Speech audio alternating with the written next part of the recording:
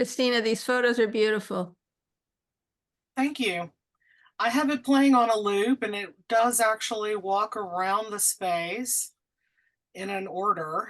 The space basically has two rooms. So you kind of enter through the front door, loop around that room, and then you see the back room. We'll get there in a few minutes. And we're just going to have this on play, just playing a loop until Carolyn joins us and we're ready to start. But I just thought it'd be kind of nice just to enjoy it while we're waiting on everyone to come. How are you, Rebecca? I'm great. How about you, Christina? Things have been good. I'm in a lot of shows coming up in the spring, so I've been making a lot of art right now, and this is a good time of year to do that. Yeah, unless you want to go somewhere exotic. I haven't been doing a lot of traveling lately. I've got a lot of things in my head to work on, so I'm kind of excited about just devoting more time to being in the studio space. And I'm teaching a lot too right now, so I'm busy. Yeah, it's good though. Yeah, some really stunning work that the group pulled together. Well, thank you for doing it, for making it look so great. Well, Christina and the gallery director really took in the space and just kind of boom, boom, boom, put it up. They knew exactly how and where things should go. Very little changes were made. After Christina left, she had a class to teach. And yeah, just looks so good.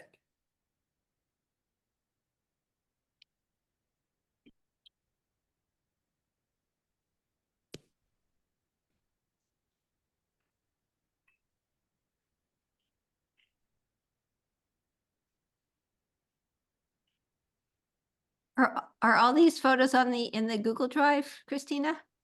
I believe so. Oh, okay. I took guess a I lot missed of- some of them. They're great. I guess I missed some of them, but there's just the way you did it is just amazing. There are a lot of pictures of the books before they were installed on gray paper. Yes. Ones that were able to be photographed that way. There were a lot that were installation specific that required me to wait to get proper photos of. Yeah. So there was one batch uploaded of all the ones that were prior to installation, and then I believe I added them all, the installation views, but I will verify that. I can also put any other photos that I've taken since, because I've got a couple odd ones I could add to that mix too. And the website's uploaded. So if you go on to NEBA, NewEnglandBookArtist.org, and you can look in the exhibition section for Cape Mound, and I've rearranged the menu in case you haven't looked at it in a while. So we have tab downs for exhibitions and collaborations now. So it's in that section, and then you get a installation view page. You've got an overall view of kind of like what the show particulars were, and then you have individual artist pages with the works there. So Oh, it's wow. a pretty deep dive of it all collated together. You've done a ton of work. Thank you. Yeah, thanks. I enjoy doing it. I'm excited about what we can do as a group when we collaborate and work together towards, really good positive grooves. This one I think has a really good feel to it. The space is fantastic. The variety of work and really shows off the book in a fantastic way. Yeah, just win-win. I love hearing people's process, so hopefully we'll get a deep dive on the 4 presenters today.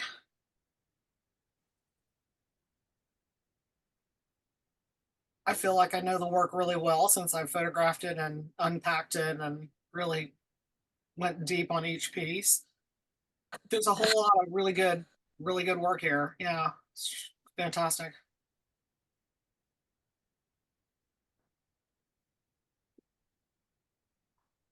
Christina, this is Elisa. Hi, darling. Hi, you were in Northampton and I was in a class all weekend, but I heard good things about the show at APE and the book fair. So I'm sorry I didn't make it. I was at ZMA's in a week-long book work. I mean, There were week- ZMA folks in the house too. So some people Yeah. from there who also Right. bind, and Yep. a whole lot of good feelings. 6 Good. NEBA people were in the building that day. So it was kind of fun to get some people from Western Mass who I don't see in person that often. A Yeah. lot of amazing work and a lot of love for the mushroom. Yeah. Yeah, I Right. had a fun time. And we're having a book show at ZMA's. When is Next- that? It is, one moment. Mhm. I can't, somehow I can't keep all the dates. March 20th through April 14th. Well, we should, you and I should talk about a field trip, and we Yeah. should, it's unfortunate I didn't hear about that for the newsletter that just went out, but we do Yes. send updates, and I can tag it on the next email Yes, and put I'll something in the send it. calendar possibly about maybe making a field trip. Let's talk. Yes, I'm gonna send you and I'm sorry I didn't send it in for the newsletter because I have a great, newsletter, set but of pictures for the day that we went out as a field trip to see at the edge of the ocean. That Right. collaboration with Stephanie that is actually in this show. Yes, We, right. yeah, and I have a whole lot of really great photos. They did like a book sharing where you could lay your piece out and everybody walked around and got to talk a little bit. It was fantastic social event. Yeah, definitely. Love what they do there. Yeah, Well, good. I'll send you the official info. great. Christina, don't you think we could give this a start? Yeah, absolutely. Hello, everybody. I'd like to welcome you to today's show and tell. We've got 4 artists who we're going to feature who have work in the Cape Bound show that's at Cape Cod Community College in Barnstable. There were 26 artists that participated. You all acted very, very quickly because this show happened so fast. It happened within from beginning to end, well, and beginning to installation, actually, 3 total months. It's not a practice we want to do very often, but it was a great opportunity to have the work in a really pretty gallery, really nice space that that took in hanging work, big work, small work. The school provided wonderful shelving to hold books. If you haven't gotten to the show, we hope you'll get there for the reception. Anyway, there's I think over 40 pieces that the 26 of the artists provided to make for the show. The first thing I wanted to do was just give a little overview of NEBA, because we might have some guests watching this who don't really know what NEBA is. It's an organization of book artists, makers, academics, writers, binders, collectors, librarians, historians, conservators, booksellers, and more. We support, learn from, and teach one another, as well as collaborate within our group and others on a variety of interesting projects. We meet and interact at different book arts locations and share work through our monthly online show and tell programs. We generate shows for our members at various galleries and libraries, and we also promote our members' teachings and offerings in our monthly newsletter and also on our website, which presents a gallery of members' work, book-oriented resources, and pictures of past exhibitions and collaborative projects. Woo, aren't we something? Man, oh man, it's really worth being a member. And I know that all of you who are members and watching tonight also think that. So we have our Cape Bound show going on now. And today we are featuring 4 artists who have their work in the show. Dennis Dahill, Susan Kapuscinski Gaylord, Rebecca Goodale and Marcie Scudder. We're going to go in alphabetical order. So Dennis is going to be our first presenter. Dennis is a Boston-based graphic artist and fine arts teacher. He's been exploring mixed media approaches to book arts by combining textiles and found objects into sculptural form. Dennis enjoys a variety of artistic pursuits, including pen and ink illustration, calligraphy, life drawing, and a contemplative approach to sketchbook drawing. His approach may be realistic or abstract, with mixed media and found objects being a current interest. He has taught art in the US and overseas schools, and currently teaches drawing at the Boston Architectural College. Hey, Dennis, thanks for joining us. Here's your first slide. Oh, it's the one before this one. If you could just go back one slide.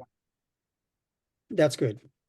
In my experience, there are many reasons to be Cape bound, especially when the Cape is Cape Cod. My artist books are a reflection of some of the reasons to love the Cape.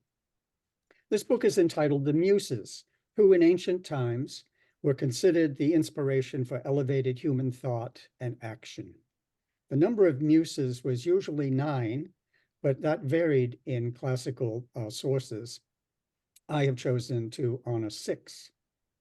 Some might say that the muses of Cape Cod inspire elevated experiences in literature and the arts, in songs and dance, in poetry and myths, much to the delight of anyone who spends time on the Cape. In this book, each muse is composed of a cluster of beaded strings suspended within its own gilded window. Other fibers are woven and wrapped on frame looms. The frame looms are just little wooden frames that are made from the wood that architects use when they're building little models. So it's easy to cut it and shape it. And the task then is to try to balance the tension of the threads as I weave over these looms. Sometimes I weave them, and sometimes I just stretch them across the loom. So if they're too tight on one end, they get very loose on the other. So it's a bit of a balance game there. On the next slide, please. Above the looms appear celestial views of green and blue iridescent threads, which with metal stars embedded in backgrounds of alcohol ink washes. Multifaceted rhinestones are partly hidden behind the screens of metallic threads.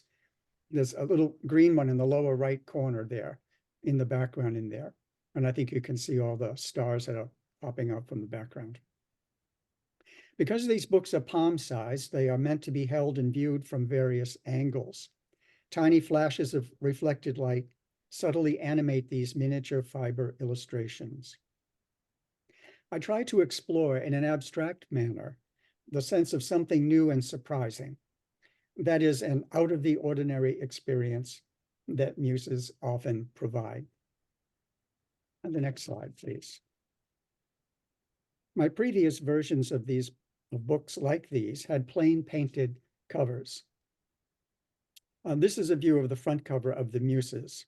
I wanted here to experiment a bit with a relief element to add visual and tactile interest to the covers, an idea that became more prominent, as you will see in the second piece that I have to show you today. This book is 5 inches high and 6.5 inches wide when it's open. And the next slide, please. And here's a view of both front and back covers. The gold relief design was applied over a rich acrylic gouache color. The edges and the negative spaces of these reliefs are painted in red. Bright acrylic colors become a primary design element in the next book. So next slide, please. This book is entitled Beach Blankets After Dark. And if I can be honest with you, it's an artist book that was in search of a title until I thought about how it reflects my thoughts about the meaning of Cape Bound, the theme of this exhibit. Technically, this book was very different from the Muses. It was a design challenge, and I was working in the dark, so to speak, throughout its creation. But finding new ways to structure the book was aesthetically satisfying, and it inspired a number of variations yet to be created. Like the Muses, this artist book has only 2 pages, or illustrations. It's a diptych, an assemblage of painted frame looms, woven and strung, but only on the back side of the looms, using metallic threads and beads. So here you get a good view of those frames I was speaking about earlier. They are delicate in their creation, and even once they're all put together. And that was the real challenge of trying to make the looms work with one another and work with what I was stringing on them and keeping those strings in place. And the next slide, please. As I mentioned before, the brilliance of gouache colors, beach colors as it happens, were such a delight to my eye that I chose to make them the subject of these illustrations. Rather than covering the fiber frames with gold leaf windows, I put their saturated colors on display, interacting frame over frame over frame with an alcohol ink wash design in the background. The frame colors are made more intense by their contrast with the black enamel enclosure. The title of this book expresses the abstraction of beach blankets spread out on a sandy beach, one overlapping the other, appearing bright, not by sunlight, but in the dark. This book is a little larger than Muses. This one is 6 inches high and 8 inches wide when it's opened up. And the next slide, please. The covers of this book are quite a bit different from the Muses. Here I wanted to enhance the physical sensation of holding the book in one's hand. 3 layers of wooden tiles, painted in gouache, pile up into the middle of each cover. The overall design of the covers is similar, but the arrangement of the reliefs are different on each side. This relatively deep relief on each cover provides a layered tactile experience that echoes the layered visual experience of the frames inside the book. Once again, the black edges surrounding the reliefs enhance the effect of the bright colors. And the next slide. To summarize, perhaps these books illustrate a whimsical escape to Cape Cod that involves not just brilliance of sunny days, but also the deep, dark space of starry nights. And those are my works on display. Thank you. Thank you, Dennis. Fabulous, insightful talk. Does anyone have any questions for Dennis? And if so, unmute yourself and start talking. Dennis, this is Elisa. I love Hi. these. I always love bright colors. And so your original superstructure, are those wooden boxes, like 2 wooden boxes put together with your hinges, or what are those? They are. They were raw wood. It was sort of a machine made. I just picked them up. If I tried to make them myself, I would have spent most of my time building boxes and never get around Right. to the weaving. But yeah, they're wooden boxes, and I hinged them together. I had to gesso them 3 or 4 times, sometimes more than that, before I could really play around with them with color and with gilding, especially because gilding shows every imperfection on the surface underneath it. So they've got to be very smooth. But yeah, they're wooden boxes. Great. And what kind of adhesive are you using? Gorilla Glue. And I spent more time waiting for glue to dry throughout this whole process. And a lot of time, if it wasn't gesso drying, it was the glue. But I had to find a glue that was really, really tough, because once those frames are inserted behind the gold windows, or even the ones that are exposed, well, if the glue doesn't hold up, then you can't take it apart to fix it. So I'm hoping they'll hold together for the near term. They're really wonderful. I love that you can fit them in your palm. That's great. They Thank feel you. great. They really feel really nice, especially the second one. But I have a question. Well, I have an observation. on the muses, on the cover, the front cover with the little, the application, the cover attachment. Yeah. On the edges of that, there were red and blue colors. And it looked like if you looked on one direction, it was red. And I just wonder what you were thinking when you applied the color on the edges of that. Christina, if we could have one of the covers, probably, what would be slide 6, I think, was the cover, Slide. the third- 4 oh, or third? 5. That one is fine. Yeah.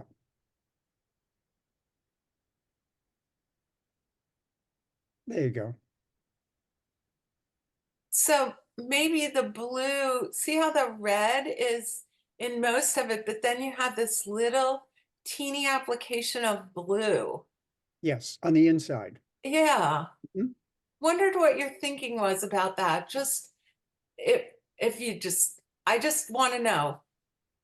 Well, for one thing, the negative spaces in that center of those medallions are painted red. So they were painted red before I applied the medallion or the relief on top. So I wanted some kind of a difference between the painted negative space and the edge that was coming in contact with it. So I changed it to blue. Oh, and I see that the little holes on the arrows or the points at the end are blue on the inside, whereas the outside edge is red. That's a really, Yeah, yeah. yeah, that's a really nice touch. Yeah. Okay, thank you. It looks very simple, but actually it took forever to get all that painting done right.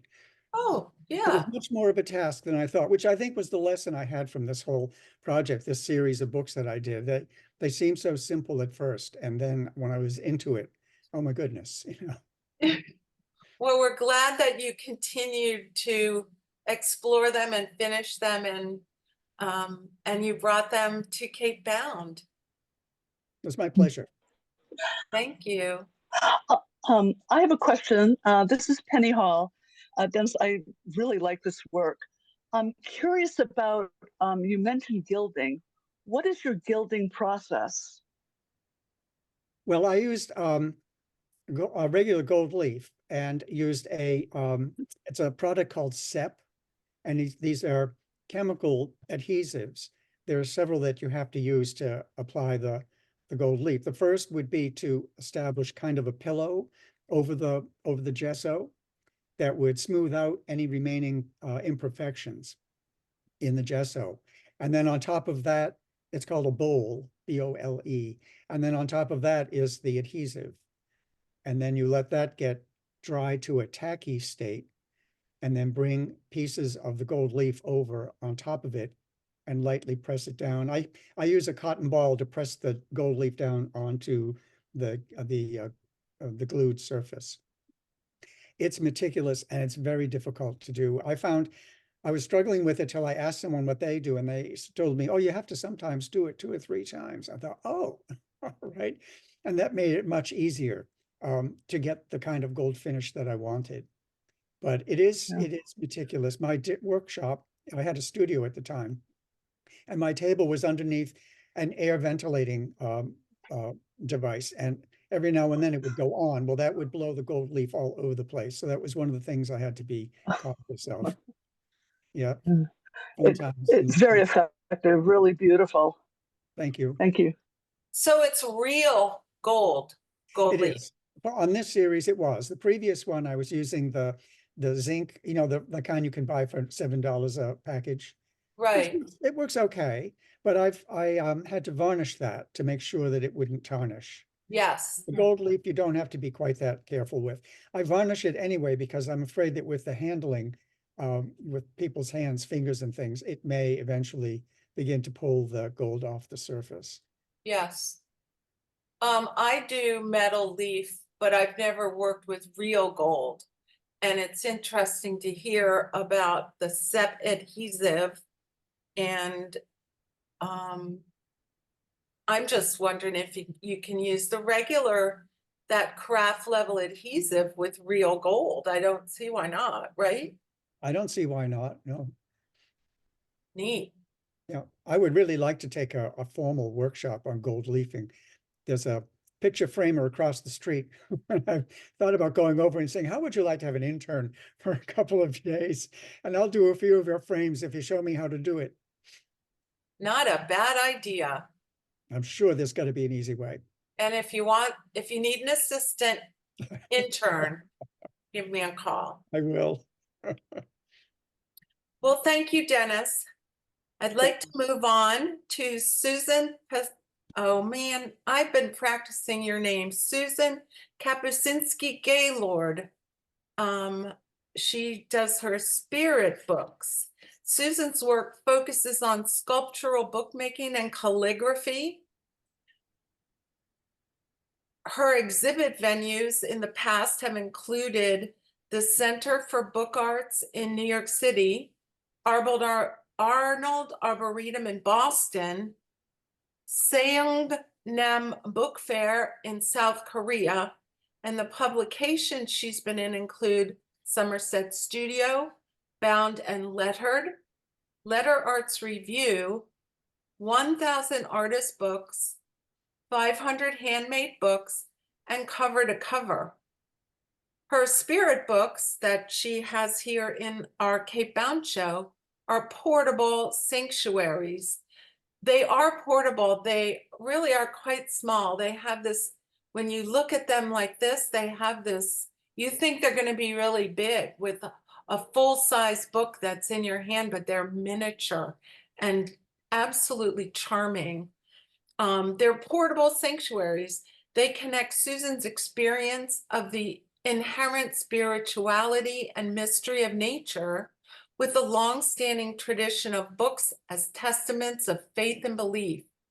The stitched and beaded patterned pages of the wordless volumes rest in branches, roots, pods, and vines. Susan, why don't you tell us about your spirit books? And you'll have to unmute yourself, I believe.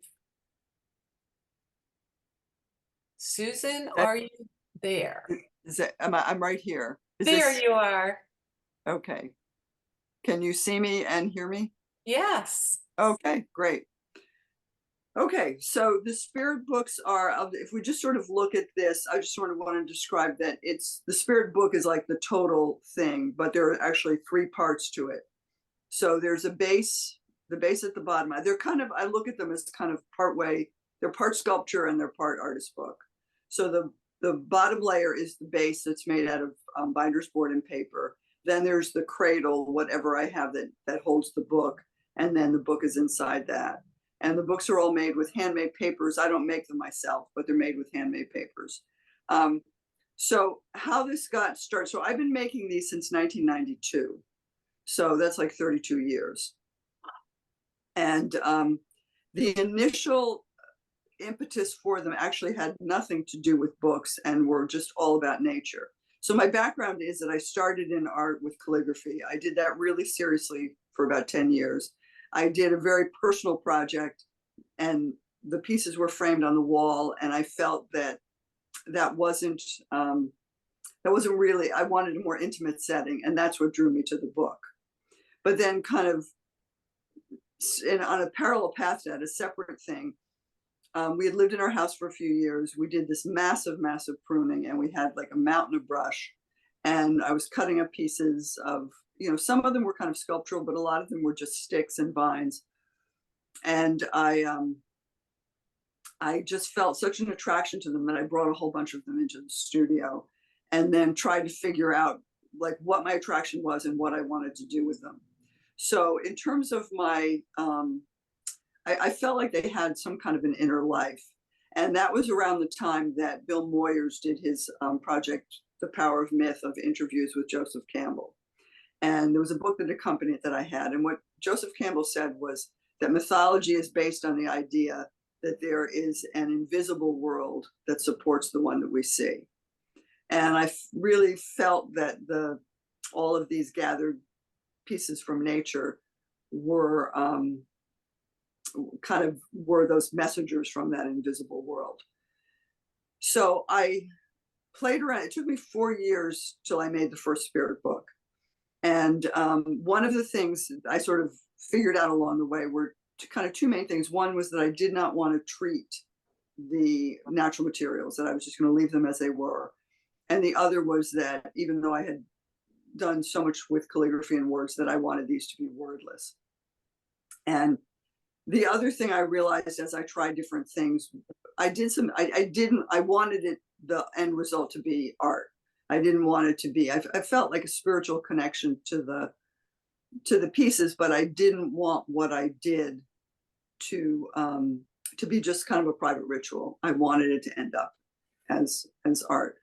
So I played around with all these things. I'm kind of trying to figure it out. And it took me 4 years. And then it was in the fall of October 1992 that, without any real, I have no record of any kind of thought process of, well, you know, this leads to this, leads to this. I just took two big thick pieces of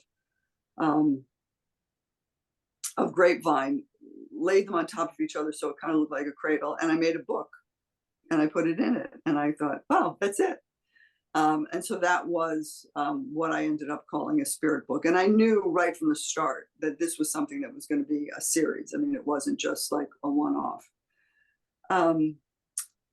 So the way that I work is organic. I don't make a plan. I don't make a schedule. I didn't, kind of the way the first one evolved and the way the first one happened, that's what I've kept as my way of working since. So I don't make sketches. I don't make plans. I start with the cradle. And some of them are just like one piece. And I'm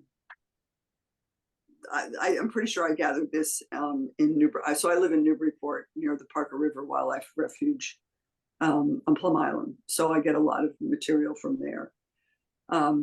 So I start with the cradle and then I do the book. I try to, first, so I have the cradle, then I figure out what paper I'm going to use for the book. I always tear the pages. I never cut them. I want it to look as organic as possible. So I kind of look at it like this is one with driftwood. So my goal for it would be that if I went to the beach and I went along kind of the high tide line where there's seaweed and different things left, if I set it there, you would just walk by. It would look so blended into nature that you wouldn't notice it. So I'm looking for a really organic, natural look to the thing. So, so I tear the paper, then I decide what's going to be on it in terms of pattern. So this one has some small seed beads, it has some brass beads, and it has some little, very small hole punched holes in it. So I'll make patterns in different ways. Every page is a little bit different, but not much necessarily. So I look at it that if you were going to read the book, read in quotation marks, the book, you would turn the pages and there would be something different, slightly different for you to notice on each page, but the whole act of going through the book would be a meditation. And then I do the pages, then I put the book together, and the last thing I do is the base. Now, the thing about working this way is that sometimes you get to the end and it's like, yeah, this really isn't very good. So, you know, one of the things I feel like I have that I like about these is I've been doing them for so long. It's 32 years. I'm only on like 102 or something, which sounds like a lot, but when you figure that it's been 32 years, that's not that many. So, but it's kind of been a through line to my work and like sort of a touchstone that I'm always still looking for things, collecting things. And then the very last thing I do is I give it a name. So in this one I called Mystic Keeper, thinking on the mystic quality of the sea and how it was brought in with the driftwood. So I think that's a pretty good summary of what's there. So I'm happy if anybody has any questions. I love what you described as the reading of the book as you turn the pages. Each one's a little bit different, and that act is a meditation. Oh, there's something so simply beautiful in that. I made the same note exactly, honey. Isn't that interesting? Yeah, The other note I made was you said several times the expression start with the cradle, and this idea that they're the cradling effect, even if you didn't call it that, that sensation is coming across. And I really love that. They're so beautiful. Yeah. Thank you. Well, I'm so glad that you've just spent all these decades making them, because I've seen a number of them and they're each one extraordinary. And that we had this book in the show is, I just feel very fortunate to have been able to touch it, take it out, put the cradle on the base, and look at it and experience it. This is an experience. Thank you. I was just gonna say, Susan, thank you. I really, what you said about it, if you put it on the beach where it came from, you would think that it was part of where it came from. I just love that, how you managed it. You did what you said. You made Cool. something that looks like it lived there. Well, thank you. Susan, this is Marie Odell. How are you? Good. How are you, Marie? I am so great. I just wanted to tell you that, I have one of your books, Spirit Books, and you know how much I love it. And it's in my new studio, and it adds a very special presence to it. And my fascination with you is that you've continued this for this long period of time, and yet they feel new and fresh. And as you just continue to do this work, I'm totally fascinated by that. Yeah, it just kind of does. I mean, I had a couple of gaps that I sort of drifted away a little bit, but then I kind of kept coming back. And yeah, I think there's it's a being able to look at it with like whatever I gather with new eyes, that it's a new challenge, a new thing. I really like that. And because I have this deep interest in embroidered books, that the other thing that I love about the one I have in particular is that, there are swirls and embroidered geometric shapes, and there's quite a bit of embroidery on the one I have. And can you talk a little bit about what that process is, or what moves you to do more or less, marking with embroidery and beads? Well, my favorite spirals are my favorite thing, and I just sort of have to hold myself back from just covering everything with spirals. And I do think that my background in calligraphy, and especially when I first started, I spent a lot of time looking at pictures of medieval manuscripts. And I think I was as interested in sort of like the borders that really didn't have much more than swirls and decorations. I was more interested in that even than the illustrations, say the illustrated letters. And I just, where was I going with that? So I do a lot, but one of the things is, so I do, just like in bookmaking, I make all of the holes first. So I'll make the holes for the spiral or whatever. So when it comes time to actually do the stitching, it's just very relaxing because you already know where you're going to go. And so that it's a very kind of meditative experience. And I'm not somebody who, the thing about them and the thing about having done them, I think, over such a long period, but I've never been, and the other thing is that I haven't sold that many. They've never really fit in a gallery, partly because I'm not that productive, but also just because they're in this weird place in between book and sculpture. But so I work, I don't think I could have sustained, say, putting 30 hours a week on this every week for 32 years. But I was able to just do it sort of as it came to me that I wanted to work on one, or I had a show that I needed to produce for. Well, that kind of personal time expenditure resonates with me, because I've through my life, when I was young, it's the kind of thing I always just wanted to have my time as mine. And it's such a beautiful indulgence to be able to do it when you want, when it engages your mind, and you get these terrific results that they're extraordinary. Oh, thank you. When the spirit moves you. Yeah.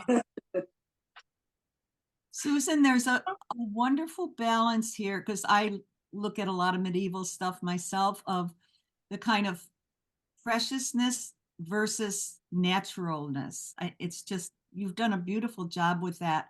And it reminds me that, of course, when you go to like rare book collections and everything, they display those books on cradles. So there's a long tradition of displaying open, partly open books on cradles. And you've done with that is really, you know, what you've spun it out. It's really wonderful. And I wanted to know how you keep the pages just so open.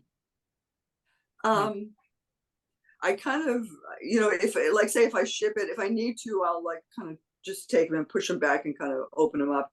I mean, the good thing, the lucky thing for me is I am not a precision binder. I mean, I have zero interest in that. So all the things that would be flaws in a fine binding are actually assets here. You know, normally you'd want a book to close flat. Well, I don't. I mean, it's better that they don't here. If things are a little bit off, like that's okay, because that makes them look more like something on the beach. So it's a nice, you know, that what I'm interested in, or what I'm not so good at, is actually an asset. Yeah, well, they're really quite wonderful. Thank you. Oh, I love that. So Susan also has books for sale on her website that are beautifully concepted and calligraphically exquisite. And I happen to have 3 of them. Thank you so much for when they were just a gift, and I've loved reading them. And we can all learn from her, because one of them is about the artist practices and being an artist, and it's really insightful. You are a thoughtful and insightful woman. Well, thank you. I mean, thank you. Yeah, I mean, I was an English literature major, so I think I see as the years go by, there's definitely a strong connection with what I do and that fact. It's lovely. Thank you so much. Thank you for the opportunity. Thank you for participating in Cape Bound. The work is incredible. And I just also have to compliment, I mean, it is so great that you do such a good job of not just presenting the show in person, but what you do to put it online so that people who can't make it can see it. It's really wonderful. Well, It's that's been my pleasure. part of Christina's many talents, to be able to do all that for us. And we're incredibly grateful for everything that she has done with this organization since it was founded 4 years ago. Let's move on to Rebecca Goodale. Rebecca makes unique and limited edition books, many with sculptural components.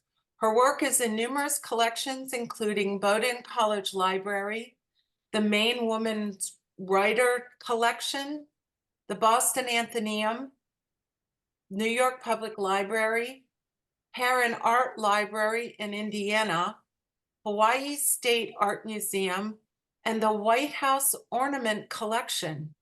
She is the program coordinator for the Kate Cheney Chapel 83 Center for Book Arts. The University of Southern Maine is where that is, as well as faculty director of the University of Southern Maine's Summer Book Arts program. She's represented by the Turtle Gallery in Deer Isle and by Vamp and Tramp Booksellers in Birmingham, Alabama. She was also awarded the title of Maine Mastercraft Artist in 2014. Thank you, Rebecca, for agreeing to do a presentation of your book that's in Cape Bound. Thank you. Thank you for all your hard work. It's so deeply appreciated, not just for this exhibition, but for making this book artists club. It's a privilege to be a member. I do want to make a slight correction in the introduction, Carolyn. I have retired from being the program director for the Center for Book Arts at USM, and also the faculty director of summer book arts, so that my attachment to USM has changed. Now I'm someone who goes to events, but I'm no longer the one coordinating events. Well, So, congratulations on your retirement. I know that's the best part of life. yeah, well, I think being in my studio has always been the best part of my life, and my work at USM was always enjoyable, and partly because I worked there part-time, I think. Mhm. So this book, which is called Sumac, was inspired by a beautiful late summer day at the Gilson Farm Audubon Sanctuary in Falmouth. And I was standing beside a stand of sumac, and the leaves were shifting. It's staghorn sumac. All the leaves were shifting to golden, yellow, orange, and the fruits were big and ruby red. And I thought, okay, this is my next book. And so I began a reduction woodblock print with a kind of purple twilight sky. And then I had begun a couple years before this making large panels where I would print an edition and then glue the whole edition together to make giant banner books. And this is one of those. I've used a high quality Japanese paper that loves glue and doesn't mind being folded and unfolded and folded and unfolded.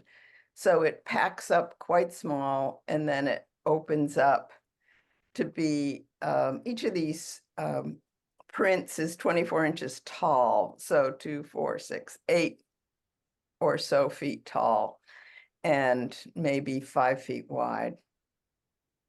And it has little red ribbons through the front and back cover, and those will accommodate a small nail or tack so that it's easy to hang on the wall. It weighs very little. And It's easy to install. it was, oh, good. I always worry when I send things like, this is going to be a headache, having installed shows for years and years myself. I always think, what can be easy if I'm not there? So thanks for saying that. So I have 2 other books in the show, and this is the oldest book in the show. I think the Sumac was the newest. This book I made, I think, in 2017 after a trip to France, and I see Retta Clues is here. I went to France and met Retta there, and I brought with me a colleague and 16 students. We stayed in La Napoule at this beautiful old chateau, and we spent every day out and about, and I was drawing in the garden as a daily ritual. But one day I heard this thump on the ground beside me, and I turned thinking I might see a bird, a squirrel, a chipmunk. I didn't see anything. And then a second or two went by and I heard another thump. So I got up and I went over and I found these fruits, and I had to look them up. It's a creeping fig, and it was growing on the side of the castle wall. And I took one of the fruits back to the villa where we were staying and cut it in half. I drew it every which way and filled one little sketchbook with these figs. And then when I came back, I made a dry point plate, which was quite large, of these repeating, tumbling figs. And I conjoined all those prints together vertically. So one print glued to another to make this it's actually a kind of star book because there's a second layer behind that keeps the front layer from flattening out, so it stays in a kind of zigzag pattern. And then I cut up 2 or 3 of these prints, which were probably 30 by 16, something like that, and made the little 3-dimensional paper figs, which are just filled with air. And I love the way you've got them cascading down onto the floor, because that's how I saw them, was on the ground. And then it led to this. So without having the castle wall there, I felt like I had success for myself in making a kind of monument to a tiny little memory of a beautiful morning in La Napoule. So thank you, Retta, for making that family property available to artists and students. I had the time of my life, and I know my colleague and students did too. A couple other books came from that time in France, but this one, which is called The Creeping Fig, or in French, La Figue Rampante, which is the same thing, only in French. And then my last Extraordinary book. Well, Extraordinary. Thank you. Thank you. I also did this in case some of you are intaglio printers. This was the first time I'd ever tried this. I usually wet my paper when I print that way, but I took this book cloth, and without wetting it, I ran it through the press with the inked plate, and it worked out very well. So I printed the book cloth that the box and the covers are bound with. I've silk screened book cloth before, but this was the first time I'd done an intaglio print on book cloth. What was the ink? I use Akua inks. I'm Oh, a really? On the fan. cloth? Okay. And Yeah. it is designed for textiles as well as paper, and that might have been part of my success. But I do love those inks. They're soy-based and non-toxic. A lot of people hate them because they were brought up on oil based intaglio inks, but I was someone who came to intaglio, and I'd studied it in art school when I was young, but I came back to it when Akua was in the mix, and so I didn't have a memory of loving something else. So I find it really friendly.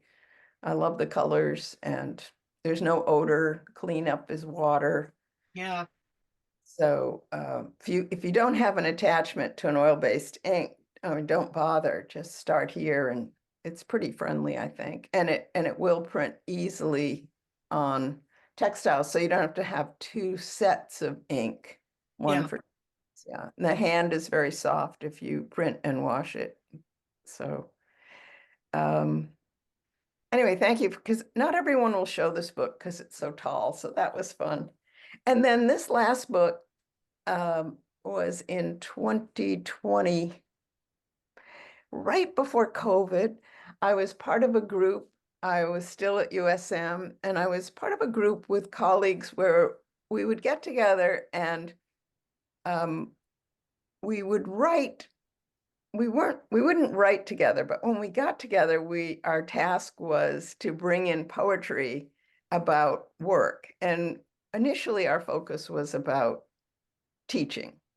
But then the group went on for a couple of years, and we kind of went away from teaching as the focus of the poetry. And it was really fun for me. Some of the people in the group were extraordinary writers. And in February of 2020, I was hanging out with a writer named Judson Merrill, who was part of that group. And I said, I can't stop thinking about a poem you brought last time. And I was wondering if you'd let me play around with it and see about making an artist's book using that poem as a jumping off point. Well, he was happy to let me try. So I had all these false starts. The name of his poem is Rope. And I thought, well, I will make a book about all the botany involved in making rope. So, jute, sisal, linen, etc. But that didn't really work. It was a horizontal accordion. It didn't really work with the poem. And then I kept rereading the poem, and I decided what I really needed to do was start above the water and go down to the very bottom of the Atlantic Ocean.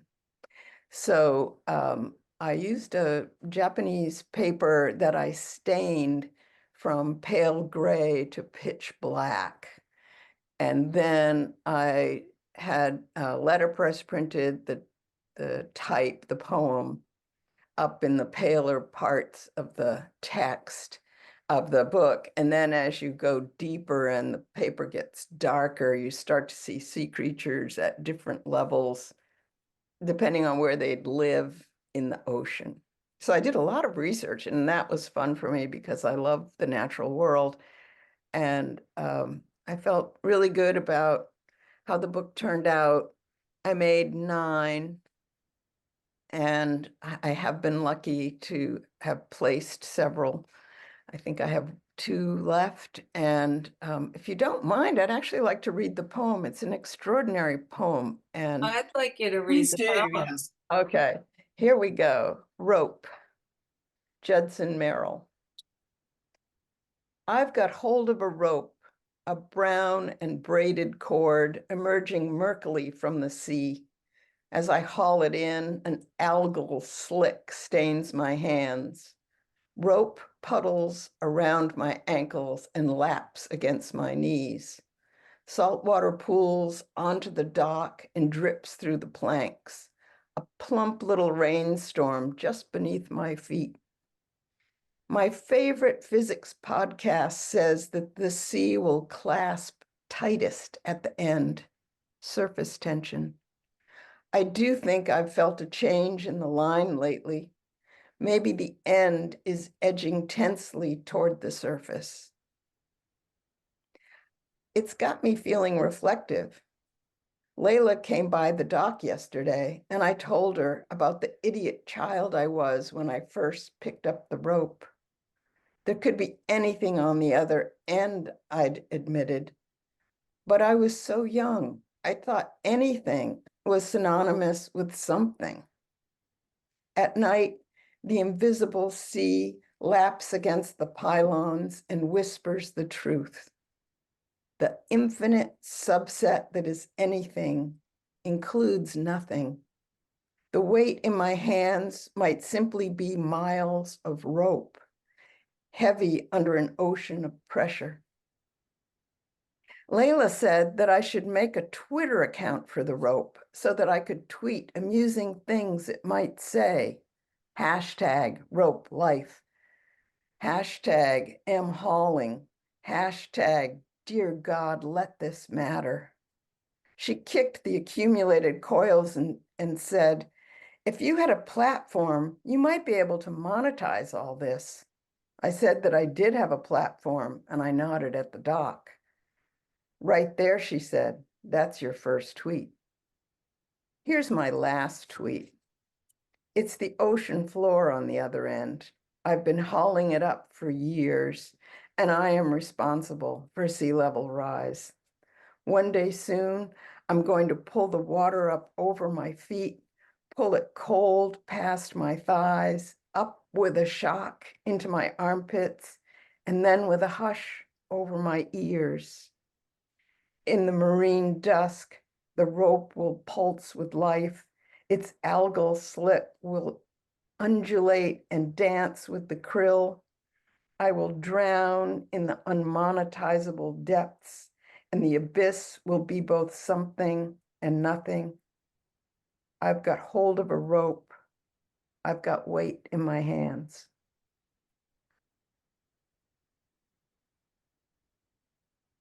That's one important rope. Yeah. Yeah. Amazing. That is wonderful. I read some of it when I was installing it, but I didn't go to the bottom of the rope. Yeah. Wow. I'll have to read that again. Yeah. I like that the action in the poem is this hauling, Mm-hmm. and the action of the book is up and up. You start at the top and you read down. But it took me a while to figure out, I loved the poem so much that the challenge of meeting it with the same kind of, I don't know if integrity is the right word, but the same kind of passion, perhaps, that Judson has to consider sea level rise and our part in it. Yeah. Does anyone have any questions for Rebecca? Yeah, this is Dennis. Rebecca, this work is really beautiful. My work has been so small lately. I look at yours and how they unfold and they get bigger and bigger. It's really exciting to see. Something that's now got in the back of my mind, maybe I should start to branch out a little bit. Well, there is something wonderful. I don't always work in that miniature realm of under 3 inches, but when I do, I think, oh, the budget here is so much easier than the budget of a big edition project is always a little daunting. Paper gets more expensive every time I order. Oh, ain't that the truth? Yeah. You're providing the little shelf unit at the top really made installation of this a breeze. Thank Again, when you have a book that has a challenging installation, you got to figure out a way to make that be part of how you share and show and sell it, right? So did you make 8 or 9 of those as well? No, I paid my framer, because sometimes I frame prints that are off overprinting for my books. And I asked him if he would make one shelf for one book that I could send around when I exhibit it. Yeah. But I will say nobody who's bought one has asked for that. Perhaps, libraries, they wouldn't keep it on. On display that way, yeah. So mostly my work goes to libraries or museums, and this one did go to 2 private people, but they never asked for, Yeah. it would be easy to ask my framer to make more, but one is good. Could I ask, hi, Rebecca, it's Retta. I'm sorry, this is more private, personal. Where, were you in the villa or in the chateau where the fig thing was? It was the brick wall near that little, near the plane trees. Ah, right. Yeah, in that garden. I drew in that garden every day before I did anything else. I know. I know. I have a photograph of you sitting there sketching away. You were so happy.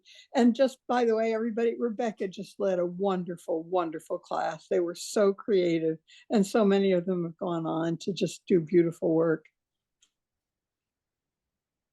Yeah, it was a great opportunity. We'll be coming up your way for April 7th. It's a Sunday for the Book Arts Bazaar. NEBA has a table. I have a table. Hopefully you'll drop by and say hi. Well, I may. I'm still trying to, you know how when you have a baby and you let it go? I'm still trying to give Annie plenty of room to own that event. And so I'm not sure at what year I'll be able to actually go, and maybe people won't know who I am, and then I can relax. But Oh, okay. I may stop in. It just feels like it's only her 3rd year, I think. And yeah, it takes a while to step into someone else's shoes. She's doing a great job. She does seem to be, yes. Mhm. You'll have to Exciting. go with a mask on Right. in disguise. Rebecca, you mentioned Japanese paper in sumac and then in this book. Can you just say what type of paper, or is there a particular type of Japanese paper? Are they both the same paper for the 2 books? No, they're different. In fact, all 3 of these books happen to be Japanese paper. What I do, Elisa, is I buy my paper from Hiromi in California. Do you have their sample book? No, I usually buy my paper from Paper Connection in Rhode Island. Yeah, Okay, Hugh Romy, all right. Hiromi. Yeah. And they're a Japanese American company. Their service is fantastic. I'll tell you this little tip. If you're a member, and I don't remember if that even costs anything. I've been shopping with them for probably 20, 30 years. And you do all your ordering on the phone with them, Mhm. I think you get 10% off, Wow, which, that helps because paper's expensive. yeah, and I do edition my work, so I usually buy quantities for each project. So anyway, I love them. They've been good to me all these years, and they also have beautiful book cloth. Not that Talus doesn't have a lot of the same, but they do have some other things that are different. Mhm. So I really recommend them, and I recommend getting sample books so that Yes, you can actually touch the paper and decide. You can touch it, you can fold it, right, and do a test with an ink if you're doing brush and ink to see if the Yeah. bleed is going to be a problem or anyway. So the samples you do have to pay for, but it is worth it to have their sample book. yeah, that's great. Thank you. After I buy paper, I've been buying paper for years. I actually now make my own sample books, mostly so I remember what paper I used. Yeah, yeah. Well, they're So, great. I don't know if you go online and look at everything, which is fun, and sometimes I'll do that, especially to see if the prices have gone up.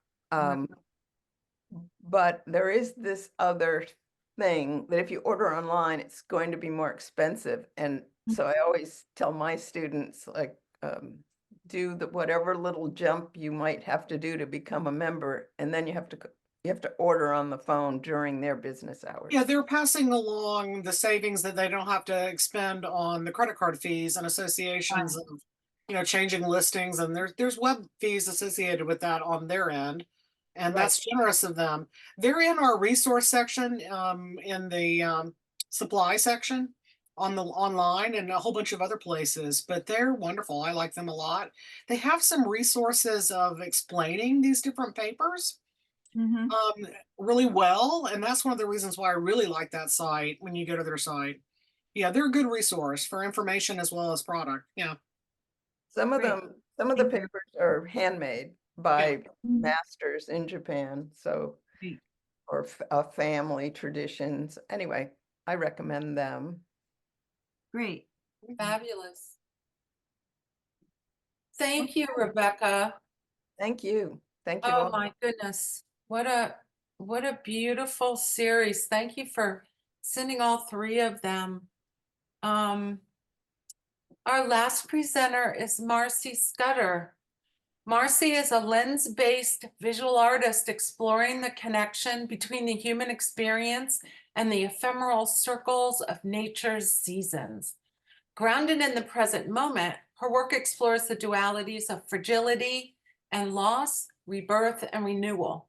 Her art is about conversations between generations, about stories and how they're passed on. For her, it's about memory, how we remember, what we remember, and who. After decades of raising a family and living in the suburban life, she now lives in the mountains of rural Vermont, where her time has its own way of slowly passing. Currently, she's in pursuit of her master's degree in fine arts at Maine Media.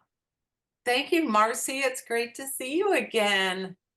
Hi, except that I've now got my master's degree in media. Congratulations. Yay. You guys have to update your bios Yeah, on the website. yeah, That would be great. I figured that you did, but I finished in May, and so oh, yeah, congratulations. quite an New- experience. It's an experience going back to school in your 60s. Oh, yeah. But it was a good one, so. I yeah, found it difficult in my 20s. You approach it with a little more humor or levity, like it's just a part of your life, so, Maturity, yes. yeah, yeah. So, So you have 3 things in Cape Bound Show. How about you tell us a little bit about them? okay, probably the first one to start with is the Imperium, which actually means heavenly sky. So these were so during COVID, they started during COVID, and I was walking, and as a photographer, I never really photographed the sky as much as other things. But during COVID, the sky was like my only constant. And I walked under it, I walked through it. It kept me company every morning. It changed, it morphed. And I started wondering what it would be like to create something that a full body experience could walk through. And that was sort of my beginnings of this, making these quilts, so to speak. They're meant to be full body experience to walk through and to experience. There's a blue sky and a gray sky, although the grays look rather blue, but they were. And so each piece, they're squares with little wings on them, for lack of half circle wings that fold into each other. I learned this in a bookmaking class as a structure, and I guess these are little pockets that people would attach these squares to their waistbands, and women would carry needles and threads and things like that in them. But by the repetition of attaching one to another and connecting them, and each eye image was different and changing and yet always the same. And it was a very meditative process, and I thought it was going to be smaller than it became, but they became, full body size. So the process begins with a photograph, cutting, folding, sewing, and yeah, this is it.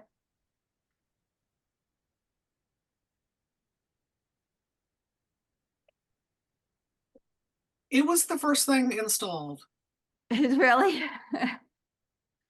We knew that your red dress needed to be in a certain place, but this is the first one that it was easy. There were hooks in the ceiling already. Right. It seemed to really kind of anchor the secondary room experience. You kind of come around this corner, Yeah, it and looks it opens great. up, and I just thought that it made sense for it to go there. It looks great, and the height you put them at and everything, and you can, they're 3-dimensional and they're full, it's a fully. Yeah. It's a fully, and the angles and everything. I think you did a great job. And also with all the other colors in there too, it just works beautifully. So thank you. You're welcome. Let's go backwards. Here we go.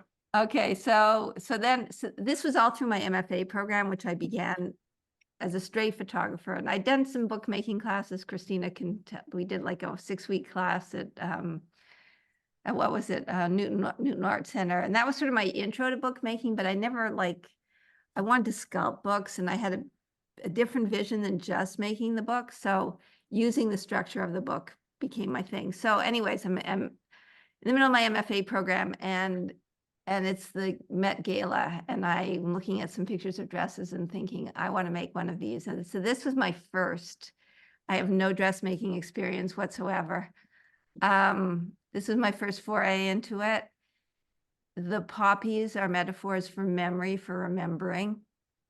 And ultimately this ended up, and I made a 12-foot dress structure, which was my thesis. But yeah, this is my first. And these instead of the square shapes, these are triangular shapes that get sewn together into hexagons, and the hexagons get sewn one to another and create a blanket and form. And it was my first attempt at stitching fabric and kind of making smocking, which is what the bodice part is. So ton of fun.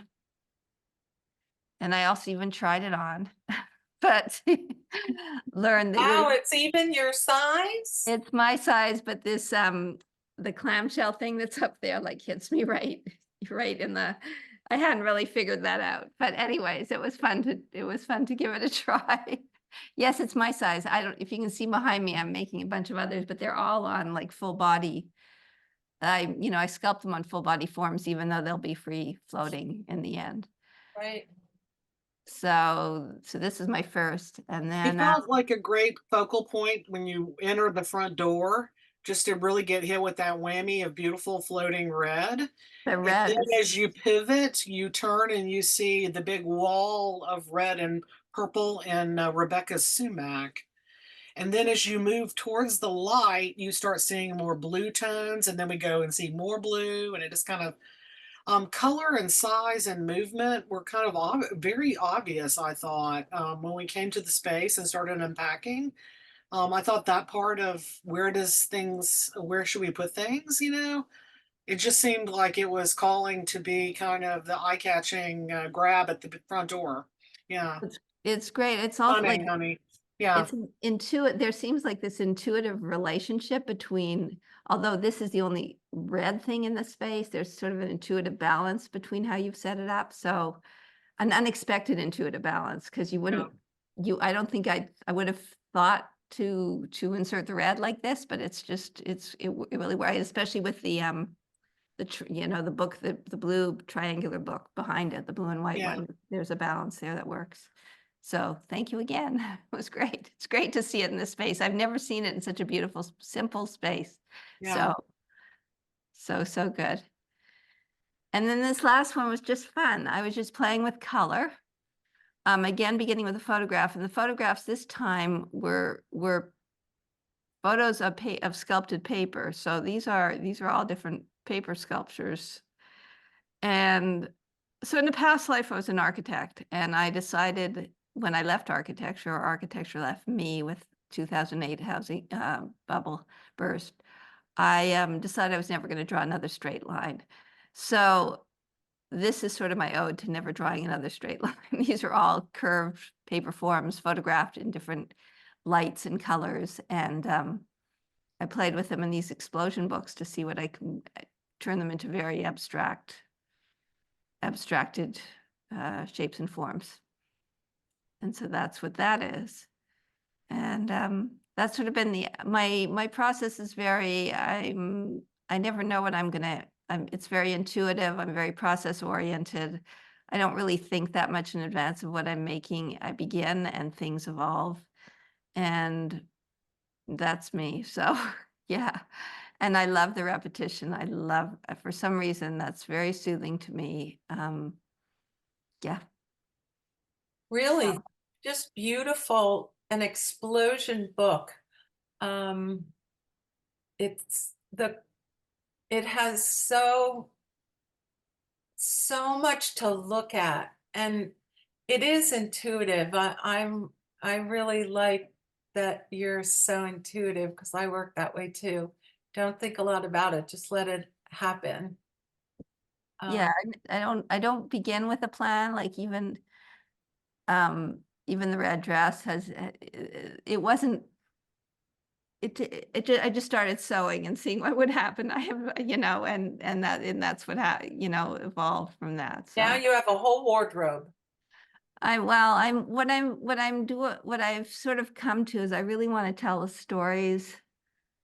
So when you say the conversations between generations, I'm using my art to tell stories which has become especially poignant or imperative since October 7th. My mother was a child survivor of the Holocaust. She and her two sisters survived.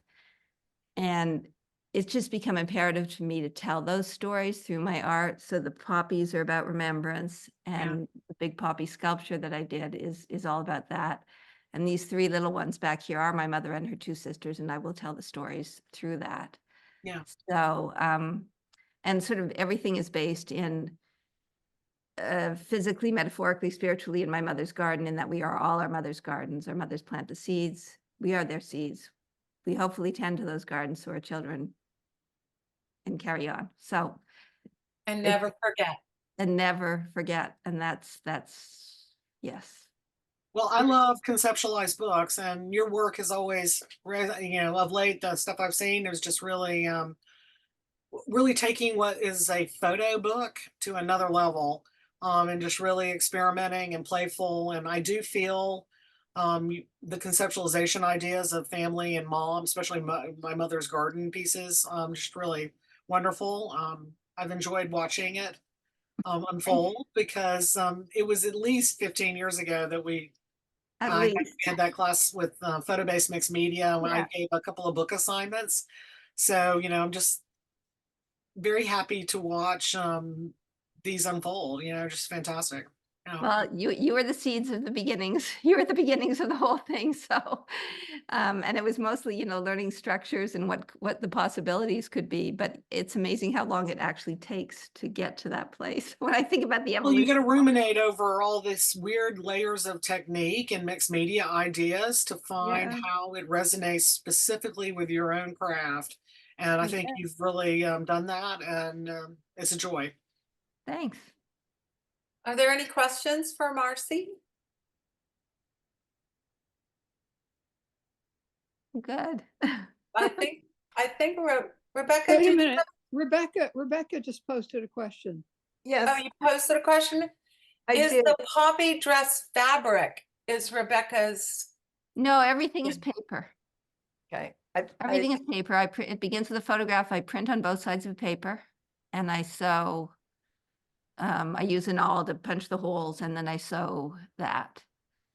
And yeah, but it does, people come up to it and they touch it and they all want to know, they think it's fabric, but it's Red River 32-pound double-sided print paper. It's cheap stuff. But And it works. inkjet? Pardon me? Inkjet? Yeah, inkjet. Rachel Church wants to know if it's all by hand, meaning stitching, I assume. It's all by hand. By And hand. Oh, yes. I have rotator cuff issues because of it now. Well, it's repetitive stress. Yeah. Yeah, it's repetitive movement. And I mean, I'm working on it. Can you go over and stand next to your mannequin so we can see the scale of these? Because I remember one time you had like a miniature one. Oh, these are These are like normal people. Okay. Great. Yeah. They're really beautiful. So yeah, these are the three sisters. So, and my mother's oldest sister is still alive, and she's the gray one, the most gray and white one with the pearls around her. And my cousin just told me, yeah, she's a real girly girl. This is perfect. So I think I got their personalities down even, which is great. Wow. Marcie, there was a really nice show a couple months ago of Faith Ringgold's work in Worcester at the Art Museum. And she did figures of her aunties and other people in her family. And these kind of remind me of that I'll story. have to look it up. Yeah, It's still there. Okay. Is it still there? Oh, it's a wonderful exhibit. And it also, a few years ago, I went to Utica to that museum, forget the name of the museum in Utica, New York. Isabelle de Borch-Grave, who's Belgian. Oh yeah, I've seen her. I've seen it Oh my online. I God. haven't seen it in real life, but yeah. Incredible paper costumer. Yeah. But I like yours are more abstract and not so I'm trying to replicate a garment. So they have a lot of emotion in them, which is great. Yeah. Yeah, well, I don't think I have the skills to replicate a garment.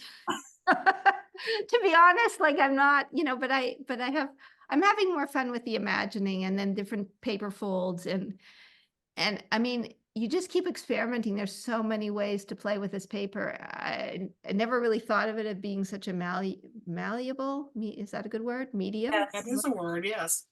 Yeah, to work with because getting into the origami folding and what can be done with it and how you can reimagine that fold into a million different things is really been interesting.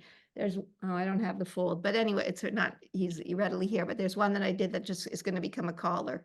So, and it's just so simple, but it's, Marcie, do you mind saying again what type of paper you're using for these inkjets that allows you to fold and stitch and it holds up? Oh, sure. It's Red River. So Red River is a paper making company. It's 32-pound double-sided premium mat, or it's double-sided, like I don't remember if it's premium mat or it's good mat, whatever that level is, whatever the word might be. But it's like, I think it's like $60 for 100 sheets. So it's relatively inexpensive for what it is, you know? It holds the fold, it does unfold, but I mean, it holds it, but it opens up. It doesn't always stay folded the same way. That's not bad, and a lot of photo papers just do not hold up to No, folding. you can't, you can't use any like glossy stuff or semi, or Correct. this is, Yeah. it's print paper. I don't really know if it's meant to be, I don't know if, I don't think a fine art photographer would use it to print on. Cool. I'll look into it. Thank you. Yeah. Fantastic. Well, thank you, Marcie, and thank you Thank you. all of our presenters for sharing their intimate thought processes and motivations and joys of bookmaking and participating in Cape Bound. I wanted to remind everyone that the reception for Cape Bound was, it was an opening reception, and there was a snowstorm that didn't really happen that canceled it. So we're having a closing reception on March 21st, which is a Thursday at 3 to 5 p.m. at the college. And hopefully some of you will be able to come. And I wanted to have one reminder, a NEBA reminder, to register for the Building Books 2 show. Even if you were in Building Books 1, and you intend to keep the same work in the show, you need to sign up, you need to register for Building Books 2. All the details are in the monthly newsletters, and whatever you can bring back up into your email from history, all the NEBA stuff has it in it now. So don't forget that. Rebecca, you and Carrie's project that you presented recently would be a good candidate for that. I did submit already that I would show the book I Oh, showed last Okay, time. I haven't looked lately. Yeah, but I will ask Carrie. We only have 2 APs, so but yeah, you're right. It would be a monster to display, I think. You'd have Okay. to 1-page spread. I don't know. We'll have to check it out. Yeah, it's more handheld than holding still. Okay. It doesn't hold still well. Well, we're looking forward to doing another show. This one's going to be up in New Hampshire. It'll be for June and half of July, so we're excited about that. A very different venue than the library up in Portland with the cases that were like 6 inches deep or something. So we can have more theatrical displays. In fact, yours are pretty darn theatrical, honey. So yeah, bring it on. I'm up for weird installations. But I'm excited for what we got going on this year. We've got a lot coming at us, and thank you so much, everyone. Thanks Hey, everyone for joining. Hey, I just wanted to say, it just came to my attention that today is World Book Day, March 7th. So happy World Book Day. Well, congratulations, everyone. That's awesome. Wow. I didn't know anything about it. Yeah. Happy World Book Day, everybody. And thank you for spending a little bit of your time with us and sharing Cape Bound, the show. Thank you. Thank you. Thanks so much. Bye, Bye-bye. everyone. Bye-bye.